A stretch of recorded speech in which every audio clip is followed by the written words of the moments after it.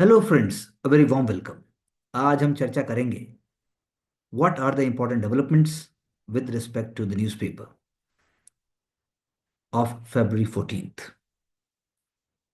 One news which has been there for quite some time, that how RBI is superseding, that is the key word over here, superseding New India Cooperative Bank Board. So the key understanding over here is what will happen to the depositors after the RBI action. Why RBI imposing such strict restrictions? And what kind of restrictions are there, that we must know, and what are the challenges that the bank will be facing. So the above action is necessary because of certain material concerns emanating from poor governance standards. So RBI, as a banking sector regulator, it has appointed committee of advisors. Committee of advisors who will be assisting the administrator to run the bank. We must make a list of all the important cooperative banks which had faced similar actions. So the question is that why such thing happens, whether it is with the Sumerpur Mercantile Urban Cooperative Bank, or whether it is Guru Raghavendra Cooperative Bank, or it is Sangli Sahakari Bank, or Durga Cooperative Bank, or Punjab and Maharashtra Cooperative Bank. What is the role of Ministry of Cooperative Affairs? What are the undue interventions by the political and other vested interests? And why these banks' financials, they are showing a very poor picture with respect to its capital adequacy ratio, which is dropping below the minimum regulatory requirement. If you watch our economic series, then there we have already explained in details the meaning of certain economic terms. Over here, we are just trying to get an overview. So our short note must include that what kind of steps must be taken by RBI so that in future even such situation is not arising. What is your take in a critical manner, that you must write back? You can always speak with me, those who are part of the courses, and otherwise you can make a short note on your own. Coming to greatest internal security challenge as per understanding is the threat of Naxalism or Maoism, the guerrilla warfare, the detachment with administrative process, lack of development. So there are two kind of pillars that had seen. One is soft power, other is hard power. In context of soft power, we can say the outreach by the local administration, schools, NGOs, and also coming up of infrastructure, participation in elections, and outreach. This is very important. And what kind of false propaganda is there, it must be stopped. When it comes to hard power, whether it is Cobra, whether it is Greyhounds, whether it is the role played by local police, and also role played by the tribals and villagers, all these things are very very important to be seen. But the question arises, why people are getting swayed, why villagers are getting swayed, why tribals are getting swayed, why they have supported for such a long time? Somewhere state must also introspect the kind of development that was supposed to be there. It is missing. So whether it is part of Maharashtra, whether it is part of Telangana, whether it is part of Andhra Pradesh, whether it is part of Bihar, whether it is part of Chhattisgarh, these areas we had to see. So the India's greatest internal security challenge, Naxalism, that is going to be over, we say, by 2026. So there is a method which Government of India went on to follow, whether it is Maharashtra's Gadchiroli. Even one of our students who had been an IS officer in Gadchiroli district only as a DC, we had discussion with him also, and he was also able to put up that there is need for honesty, there is need for complete thinking. Then only we can have certain kind of connectivity with the masses. So the time is running out for them. That is why Sundar Raj P, Inspector General of Police for Bastar Range, he is also saying that we will see an end to Naxalism in few months. But will it be a real success? Will it be really helping everyone to come into mainstream? It would have been so easy. So please think from the perspective of what else more is required to be done. What are the finer points which we must be focusing upon so that no deviation is there? Coming to another very important discussion in terms of economics, general studies paper 3, and also in terms of essay and certain elements in ethics also, and even in the interview. आपसे पूछा जा सकता है कि high exemption limits क्या government को push कर रही हैं कि वो इनडायरेक्ट टैक्सेस के ऊपर ही रिलाई करे, और इनडायरेक्ट टैक्सेस हमारे लोअर इनकम ग्रुप्स को ही बर्डन करते हैं। जब हम बात करते हैं जीएसटी की तो हम कहते हैं पुअरेस्ट ऑफ पुअर पर्सन और simple people, if they are even purchasing a 5 rupees biscuit और even a sugar, then they are paying 18% GST. So क्या इंडिया एक ऐसा कंट्री है जहां पर पर्सनल इनकम टैक्स की जो डोमेन है उसको हमने बहुत बढ़ा दिया है? उसका थ्रेशोल्ड हमने इतना बढ़ा दिया है कि लॉन्ग टर्म में हमें नुकसान होने वाला है। उसका थ्रेशोल्ड हमने इतना बढ़ा दिया है कि जब आप कंपेयर करते हो Brazil, China, South Africa, Indonesia, Vietnam, इन सब से जब हम कंपेयर करते हैं तो हम पाते हैं कि हम कहीं भी स्टैंड नहीं कर रहे हैं। हमारे जो नंबर ऑफ परसेंटेज है पर्सनल इनकम टैक्स का वो बहुत थोड़ा है। For example, it is giving here some data कि 8.1 crore income tax returns file किए गए, और उसमें से 6 पर जो हमारी टोटल पॉपुलेशन का मात्र 6% है। तो हमें देखना पड़ेगा हमारी फॉर्मल इकोनॉमी है कि हमारी इनफॉर्मल इकोनॉमी है कि हमारा सीजनल है कि हमारा जो स्क्यूड है, जो हमारी डेवलपमेंट और जो हमारा इनकम स्प्रेड स्क्यूड है वो क्या हेल्प कर रहा है हमें फॉर्मल इकोनॉमी में जाने के लिए। नियरली 6% ऑफ पॉपुलेशन है वो, ये ऐसा हम कह सकते हैं। और हर फैमिली में क्या एक ही आदमी है, तो 30% ऑफ हाउस होल्ड ही सिर्फ उसमें कवर हो रहे हैं। तो ये दिखाता है पूरा का पूरा इंपॉर्टेंट इंडिकेटर। फिर अगर हम बात करें 55% जीरो टैक्स लाइबिलिटी वाले थे, 65% टैक्स फाइलर्स ने कोई टैक्सी इनकम टैक्स ही पे नहीं किया, यानी कि 3.11 करोड़ इंडिविजुअल्स ने नॉन जीरो टैक्स आईटीआर सामने जो है हमें किया। तो approximately 2% of India 143 crore population page any income tax. Contrast कर रहे हैं आप यूके से, पर यूके का हमें देखना पड़ेगा बेस कैसा है, यूके का डेवलपमेंट कैसा है, यूके का जो सदियों से जो उसको हाईली इंडस्ट्रियलाइज्ड बेस मिली, क्या वो इंडिया को मिली है? US, UK, US 44%, UK 50%, Brazil 7%, Vietnam 20%। So we have to see with respect to our population also, with respect to the diversity, with respect to broader tax base achieve करना बहुत जरूरी है। लेकिन क्या वही एक तरीका है? इनकम थ्रेशोल्ड अगर बढ़ाया भी गया है तो क्या वाकई वो सिर्फ लोगों को फायदा करेगा और हमारी ग्रोथ को धीरे कर देगा? सो लार्ज पॉपुलेशन, अगर इंडिया की लार्ज पोर्शन जो पॉपुलेशन का है that is falling below income threshold, तो क्या ये फिस्कल लीनियंसी है क्या वाकई? यह अपने आप में एक बहुत स्मार्ट मूव है। क्या ये वेलफेयर मेजर नहीं देखा जा सकता? क्या ये लॉन्ग टर्म में डेमोक्रेटिक क्रेडेंशियल्स को स्ट्रांग नहीं कर रहा है? क्या ये उनको इनकम इक्वलिटी की तरफ बढ़ने को नहीं देख रहा? So there are so many ideas जिस पर हमें सोचना चाहिए। आप सोचिए, लिखिए, and you can always share in the WhatsApp group also, तो हम उस पर और चर्चा करेंगे।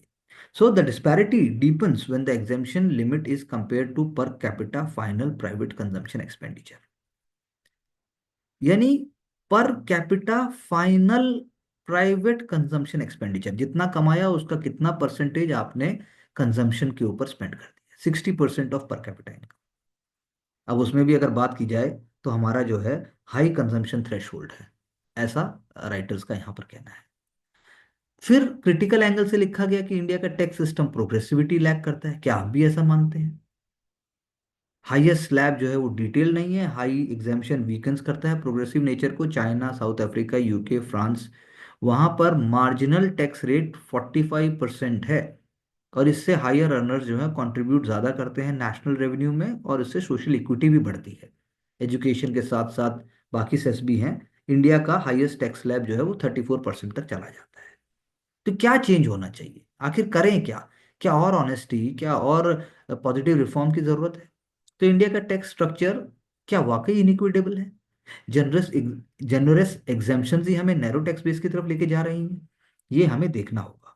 और डिस्प्रोपोर्शनेटली हम बर्डन कर रहे हैं लोअर इनकम ग्रुप्स को। इंडिया का जो सेंट्रल और state tax to GDP ratio है वो 19% है, जो बाकी जो पीयर कंट्रीज है उनसे आप कंपेयर कर रहे हैं।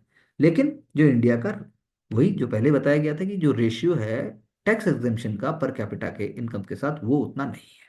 The ratio of tax exemption to per capita income is not in the same league. Question उठता है, क्या वेल्दी फार्मर्स को, लार्ज एग्रीकल्चर लैंडलॉर्ड्स को, क्या उनको हमें टैक्स नहीं लगाना चाहिए? क्या हायर टैक्स रेट्स वेल्दी लोगों के लिए नहीं होने चाहिए और भी ज़्यादा? तो इससे undue burden salaried middle class के ऊपर से हटेगा।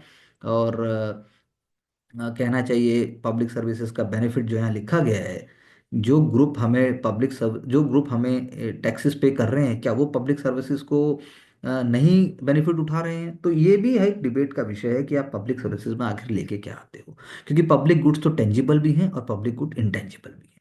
सो प्लीज इसके स्कोप को थोड़ा और बढ़ाकर देखिए, and we will be able to appreciate more. कुछ अगर की टेकअवेज हम इंडिया यूएस स्ट्रैटेजिक पार्टनरशिप से देखते हैं, तो ये डिफेंस से लेकर एनर्जी सिक्योरिटी से लेकर ट्रेड एंड इन्वेस्टमेंट से लेकर और टेक एंड इनोवेशन, आप इन सबको ध्यान से देखिए। लेकिन क्वेश्चन उठता है कि इंडिया यूएस जो पार्टनरशिप है, इंडिया यूएस पार्टनरशिप क्या वाकई नई डिकेड की तरफ बढ़ते हुए एक नया आयाम बना पाएगी? क्वेश्चन अराइजेस, क्या ये पार्टनरशिप हमें नई दिशा की तरफ बढ़ा पाएगी? Now these all ideas are very important to understand, because in this context we can say कि इंडिया का जो पॉलिटिकल स्टेबिलिटी है, इंडिया का जो एआई रेवोल्यूशन में जो रोल हो सकता है, वो बहुत इंपॉर्टेंट होगा। अगर मैं एनर्जी का एग्जांपल लूँ, तो 1 2 3 civil nuclear agreement, side by side what we had been doing with France, अभी हमने चर्चा की थी कि कैसे फ्रांस के साथ भी जो nuclear small, basically small modular reactors और जो सिविल यूज़ के लिए जो प्रमोशन की बात है, वो हमारे लिए बहुत इंपॉर्टेंट है। साथ साथ में यूएस के साथ हम जो बायलेटरल ट्रेड को डबल करने की बात करते हैं, तो वो क्या एनर्जी और एनर्जी कंजम्पशन से हो सकता है, ऐसा हम कहेंगे। So there are different elements, क्योंकि हमें इसमें एक तो कीवर्ड याद रखना पड़ेगा, for example autonomous systems industry alliance. अब वो दे तो दिया, लेकिन उस कोऑपरेशन को आप ग्रास रूट या फिर आप उसको प्रैक्टिकल लेवल पर कैसे आप अप्लाई करेंगे, that is the only key thing to understand for the mains examination and even for prelims. Prelims में टर्म्स आएंगी, मेंस में इनका एलोबरेशन करना जरूरी है। इंडो यूएस पार्टनरशिप में जब आप बाइडेन ईरा की बात करते हैं, तो मान लीजिए उस समय आईसीईटी जैसे initiative on critical and emerging technologies था। हमने उसका नाम ट्रस्ट कर दिया। ट्रस्ट क्यों किया? क्योंकि हम नया आइडिया देना चाहते हैं, the transforming the relationship utilising strategic technology. But बहुत सारी चीजें पहले से चली आ रही। स्ट्रेटेजिक इंपॉर्टेंस, अगर क्रिटिकल मिनरल्स की बात भी करें और टेक्नोलॉजी डेवलपमेंट की बात भी करें, तो क्या वाकई इंडिया रेडी है? What will be the role played by the district level in this context? What will be the road map, and how India will be really getting to the next level, जिससे China की monopoly को और China की जो strategic position है उसको हम challenge कर सकें? ये सोचने वाली बात है, because all these ideas they are very much informative in nature, लेकिन जो स्ट्रैटेजिक वेंचर है या फिर जो वैल्यू है, उसको आप ग्रास रूट पर अप्लाई कैसे करेंगे? एक तरफ हम फॉसिल फ्यूल लेने की बात कर रहे हैं, दूसरी तरफ हम कह रहे हैं कि हम नेट जीरो एमिशन की तरफ बढ़ रहे हैं, तीसरी तरफ हम कह रहे हैं कि यूएस ने ऑलरेडी पेरिस क्लाइमेट एग्रीमेंट और डब्ल्यूएचओ को छोड़ दिया है और नाटो को भी वो थ्रेटन कर रहा है। नाटो से हमारा डायरेक्ट कोई लेना देना नहीं है, लेकिन हम भी एक नॉन नेटो एलाई की तरह जुड़े हुए हैं। सो मल्टीलेटरल कोऑपरेशन ये सबके लिए है, चाहे फिर रशिया इंडिया हो, इवन इंडिया चाइना हो, चाहे, लेकिन सोचने का विषय यह है जो इंडिया के कोर स्ट्रेटेजिक इंटरेस्ट हैं, उनको क्या हम बढ़ा पाएंगे? So you have to think beyond what is given. For example greater Indian ocean connectivity, इसमें भी यूएस के साथ हम जुड़ने की बात है। और मेटा ने जो अनाउंसमेंट किया, multi billion multi year investment in under sea cable project, वो भी बहुत इंपॉर्टेंट है। तो पॉइंट इज दैट कि जो ग्लोबल डिजिटल हाईवेज की बात हो रही है, इंडिया क्या उसके सेंटर में होगा? क्योंकि India had been a non aggressive nation पर से under all circumstances. Oil and gas की मैंने बात की, तो आप इस पर कीवर्ड्स देखिए। एनर्जी सिक्योरिटी इंडिया की लोअर कॉस्ट के ऊपर होगा, इंडिया के लिए वो बहुत इंपॉर्टेंट भी है। India definitely wants that. But the question arises कि क्या वाकई इंडिया इसी दिशा में आगे बढ़कर हम अपनी स्पीड को बढ़ा पाएंगे, हम अपनी ग्रोथ को और आगे अच्छा कर पाएंगे? India is the third largest consumer of crude oil and imports. 85% से ज़्यादा क्रूड ऑयल हम रिक्वायरमेंट्स इंपोर्ट करते हैं। 50% ऑफ टोटल गैस कंजम्पशन जो है वो भी हम इंपोर्ट के थ्रू ही पूरा करते हैं। This is an important fact, but इस फैक्ट के आगे आपको अपनी स्टोरी बिल्ड करनी है। रशिया इंडिया का लार्जेस्ट यानी टॉप ऑयल सप्लायर है। Iraq, Saudi Arabia, United Arab Emirates and then US. So क्या यूएस क्रूड ऑयल, जो अदर क्रूड ऑयल सप्लायर्स हैं, वो इंडिया के लिए कॉम्पिटिटिव प्राइस पे मिले? यही एक हमारे लिए चर्चा का विषय है। लेकिन ये स्टोरी वो स्टोरी है जो यूएस हमें चाहता है कि हम सुने, हम करें। हमें अपनी स्टोरी खुद बनानी होगी। F-35, जैवलिन मिसाइल्स, ये सारे कीवर्ड्स आपको प्रीलिम्स एंगल से पता हों, कीवर्ड्स आइडिया हो, that is going to help us. जैसे इंटरव्यू के अंदर भी आपसे पूछा जा सकता है कि भाई यूएस ओरिजिन डिफेंस आइटम्स कौन कौन से हैं? C-130 super Hercules, C-17 Globemaster 3, P-81 Poseidon aircraft, या चिनॉक्स हैं, या फिर सी हॉक्स हैं, या अपेचीज हैं, हार्पून एंटी शिप मिसाइल हैं, और हाउवाइजर्स हैं। तो इंक्रीजिंग मिलिट्री सेल इंडिया के लिए इंपॉर्टेंट है। But the point is we have to indigenise, we have to be self dependent, we have to be reforming ourselves, we have to be modernised. और साथ साथ में हमें मल्टी डायमेंशनल अप्रोच से देखना होगा। इसी पर्सपेक्टिव से आपको की नोट्स बनाने चाहिए। क्लाइमेट मिटिगेशन जो मैंने कहा, और रिन्यूएबल एनर्जी, अगर वही बैकफुट पे चला जाता है तो क्या होगा? क्योंकि अगर यूएस बैक स्टेप लेता है, क्या वर्ल्ड के चैलेंजेस अपने आप में खत्म हो जाते हैं? तो फिर कैसे इंडिया को मैन्यूवर करना होगा? India is in a transition phase, India is not in the phase of US. US wants to have its own monopoly, that too also in a brutal way, that too also in a self centred way. जो आज है वो सिर्फ अपने दम पे नहीं है, उसके लिए बहुत सारे यू नो नोन और अननोन रीजंस रहे हैं। तो क्या इंडिया को इस दिशा में पूरा वो मान लेना चाहिए जो ऐसा भी यूएस चाहेगा, या जो वो स्टेप लेता है? इंडिया को इंश्योर करना होगा कि अपनी एनर्जी सिक्योरिटी के साथ साथ वो क्लीन एनर्जी की तरफ भी फोकस करे। अगेन, जो ट्रस्ट इनिशिएटिव जिसकी हमने पहले भी चर्चा की, सप्लाई चेन्स की बात है मिनरल्स और फार्मा के लिए, क्योंकि इंडिया जो है एक्टिव फार्मास्यूटिकल इंग्रेडिएंट्स में वर्ल्ड लीडर है। क्रिटिकल मिनरल्स के नाम प्रीलिम्स में आ सकते हैं, कौन कौन से होते हैं, इंडिया में कहाँ मिलते हैं? Lithium, magnesium, zinc, selenium. और इंडिया जो है लार्जेस्ट मैन्युफैक्चरर है एपीआई का, जैसे मैंने अभी कहा, उस एंगल से आपको सोचना होगा। और नेशनल जो प्रोग्राम्स हमारे ऑलरेडी बने हुए हैं, जैसे हमारा critical minerals and material programme है, साथ में फिर हमारा डिस्ट्रिक्ट लेवल की मैंने बात की थी।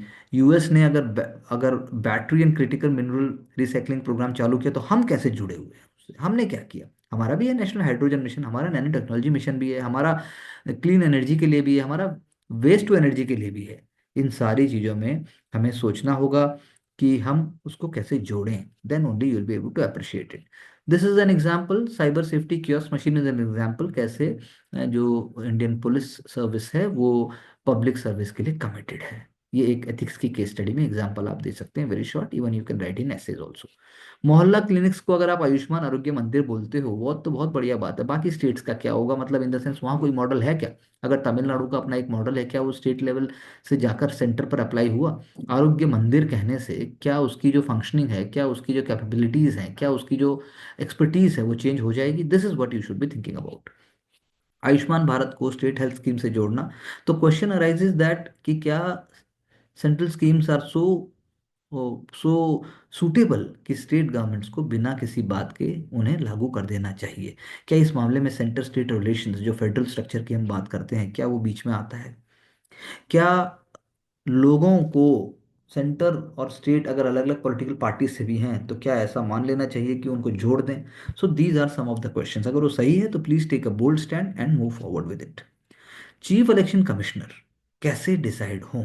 इसके लिए selection panel, which is comprising the prime minister, the home minister, and also the leader of opposition, they will be meeting at the PM house. But the question arises, Supreme Court is scheduled to hear a petition challenging the validity of the act on February 19।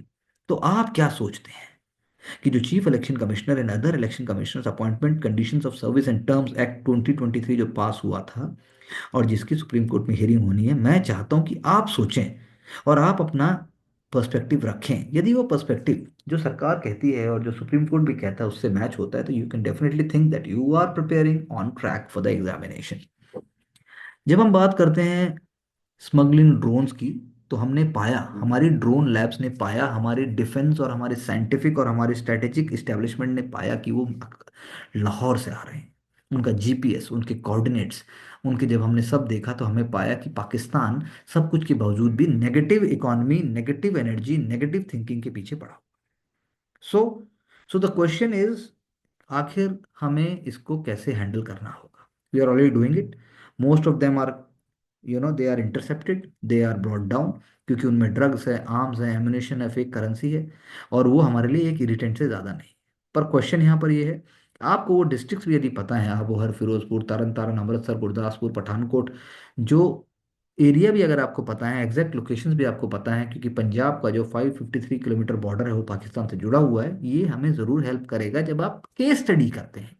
जब आप कोई defence या फिर कोई security related case study mains में आ जाती है, तो वहाँ आपको ये अपने आप को विजुलाइज करके करने में बहुत मदद मिलेगी।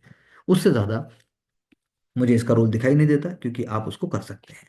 Coming to another very important article which is talking about the 8th Indian Ocean conference. So very important Indian Ocean conference, जो कि मस्कट में हो रही है। Muscat is the nation which is hosting it. Singapore, Oman, बाकी you know कह सकते हैं कि आप इसके इंपॉर्टेंट मेंबर्स हैं, पर यहाँ मैं इस पे फोर्स नहीं करना चाहता। More than 30 foreign ministers are, they are meeting together. बहुत इंपॉर्टेंट। लेकिन एंशियंट टाइम से इंडिया एक मेजर सी फायरिंग नेशन रहा है, more than 5 million as it is saying. और ब्रिटिश रूल के बावजूद भी हमारा सी और हमारा जो स्ट्रेटेजिक डेवलपमेंट नेवी में चाहिए था वो नहीं हुआ। We know the obvious reasons, because they were not ready to support us. They were not ready, they were only here for exploitation. लेकिन अगर हम बात करें कि पैसिफिक ओशियन को यदि पीसफुल सी कहा गया, अटलांटिक और आर्कटिक ओशियंस के नाम ग्रीक माइथोलॉजी से आए, तो इंडियन ओशियन का नाम आया हिंदुस्तान के इन्फ्लुएंस से, भारत के इन्फ्लुएंस से। हिंद महासागर कहा गया उसको, क्योंकि हिंदुस्तान ने डायरेक्टली इनडायरेक्टली बहुत इंपॉर्टेंट रोल प्ले किया। तो डिस्कोर्स जो इंडो पैसिफिक का है, उसमें भी इसीलिए इंडिया का बहुत इंपॉर्टेंट रोल है, जियो स्ट्रैटेजिक कंस्ट्रक्ट है वो। क्योंकि आप बात कर लें चाहे पायरेसी की, बात कर लें आप चाहे मिलिटेंसी की, चाहे बात कर लें आप सी लेन्स की, चाहे आप बात करें कल को कौन सी पावर कितने रीजन को कंट्रोल कर रही है, ये सारी चीज़ें इस चीज़ से जुड़ी हुई हैं।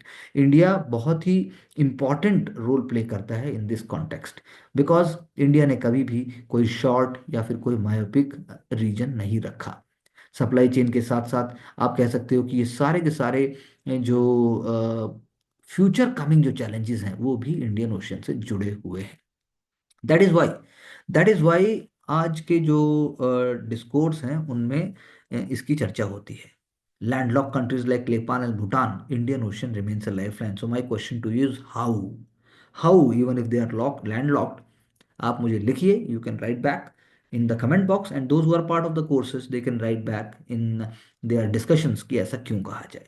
सो मनीग्रामम, चिट्टीज एंड नाना देसीज, ये हुए आपके ये आपके हुए गिल्ड्स। और इन गिल्ड्स आंध्रास, पल्लवास, चोलास, उन्होंने ट्रेड को एस्टेब्लिश किया, अरब वर्ल्ड के साथ भी जुड़े, साउथ चाइना सी की टेरिटरीज में गए। कौटिल्य का अर्थशास्त्र भी इसकी बात करते हैं, पोतवाहन अध्यक्ष की बात करते हैं। तो we have to make list in ancient India कि चाणक्य के समय में, मौर्यन पीरियड में जो सेंट्रलाइज डिपार्टमेंट्स थे उनको कहते क्या थे, और जिसका नाम हिंदी में पढ़ के आपको ऑब्वियस नहीं लगता, सिर्फ उनको याद कीजिए।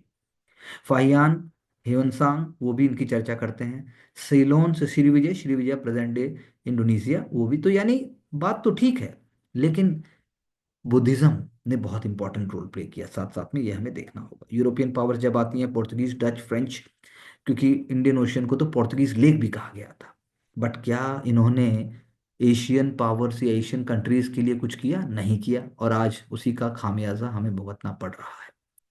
सो हमने लेकिन खुद के लिए, इंडिया जो है वो लास्ट 7 डिकेड्स में अपनी सी पावर को बढ़ाने की कोशिश उसने की है। इंडिया जब शुरू में इंडिपेंडेंट हुआ, then there were so many challenges. उन चैलेंजेस को हैंडल करने के बाद ही आप इन चीज़ों पर सोच सकते हैं। यहाँ पर एक एग्जाम्पल भी है, के एम पानिकर, जो इंडिया के एम्बेसडर थे चाइना और फ्रांस के लिए। उन्होंने ये लिखा भी कि इंडिया का जो करेक्टर है वो पेनिनसुलर करेक्टर है, इसीलिए मैरीटाइम ट्रेड, मैरीटाइम ट्रैफिक के ऊपर हम बहुत डिपेंडेंट हैं। और उन्होंने अपनी book India and the Indian ocean में कहा कि हमें उस ओर ध्यान देना बहुत जरूरी है। और I am sure, I am saying, चाहे फिर वो जवाहरलाल नेहरू पोर्ट ट्रस्ट हो, चाहे फिर वो टूटिकोरिन हो, चाहे फिर वो कांडला हो, चाहे फिर वो आपका पारादीप हो, आप प्लीज एक मैप में देखिए, please do look into the map, हमारे माइनर और मेजर पोर्ट्स और हमने पिछले 70 सालों में कैसे डेवलप किया। सागरमाला प्रोजेक्ट उसी का एक रूप है। पर्शियन गल्फ से, स्ट्रेट ऑफ मलक्का से, ओशियन, इंडियन ओशियन की जो मेन ट्रेडिंग आर्टरी है उससे बहुत सारी कंट्रीज जुड़ी हुई हैं, क्रिटिकल सप्लाई चेन रूट्स हैं। 70% ऑफ वर्ल्ड्स कंटेनर ट्रैफिक वहाँ से जाता है। अभी हम अपने कंटेनर कैपेसिटी को इंक्रीज कर रहे हैं हमारी शिपिंग के लिए। हमने नई पॉलिसी भी लेके आए हैं, हम मैरी टाइम आस्पेक्ट पे फोकस कर रहे हैं। दो, ट्रेड हमारा शुरू से ही वैसा रहा है, but it is not organise, it is not modernise, it is not so formal. We must work over it, that is an another point. So India का जो एक्सटर्नल ट्रेड है, 90% ऑफ एनर्जी है वो इन्हीं ओशियन लाइन से पास होता है। So US के पास तो, और यूके के पास तो डियागो गार्शिया जैसी बेस है, फ्रांस के पास यूरेनियन आइलैंड है, चाइना भी उसमें घुस रहा है। तो हमारे पास क्या है? हमने भी नर्चर किया, हमने भी सेशल्स है, मॉरिशस है, हम उनके साथ जुड़कर, हम ईस्ट अफ्रीका के साथ जुड़कर हम भी पॉजिटिवली चीज़ों को पुट फॉरवर्ड कर रहे हैं ताकि सबका भला हो। जापान और इंडिया तो already, you please look into details कि कैसे वो एक एक ट्रेड कॉरिडोर को यहाँ से बनाना भी चाहते हैं टिल अफ्रीका। तो SAGAR, security and growth for all in the region, India ने ऐसा एक एक्रोनियम देकर अपनी बात को रखना भी चाहा और उसको अप्रिशिएट भी किया गया। So the next generation communication networks, under sea cables हैं। अभी हमने बात की थी मेटा की, वो सभी इनके बिना पूरी नहीं हो पाएंगी। लेकिन piracy, sea borne terrorism, climate challenges, human and contraband trafficking, illegal and unregulated fishing, arms running, poaching और ह्यूमैनिटेरियन चैलेंजेस, ये बहुत इंपॉर्टेंट कीवर्ड्स हैं। ये सब चैलेंजेस हैं और इनका सॉल्यूशन इंडिया कैसे करेगा, ये आपको सोचना है। सो मैरीटाइम सुप्रीमेसी का इंडिया का रोल नहीं है। India wants that everybody should have their due privileges, everybody should have their due stake, and everybody must contribute to the betterment of the earth. That is what we can say. So from this perspective we have to see all these questions and ideas and thoughts. Please do write back, and do join our courses if you really want to get success with happiness, cheerfulness and authenticity. Thank you very much.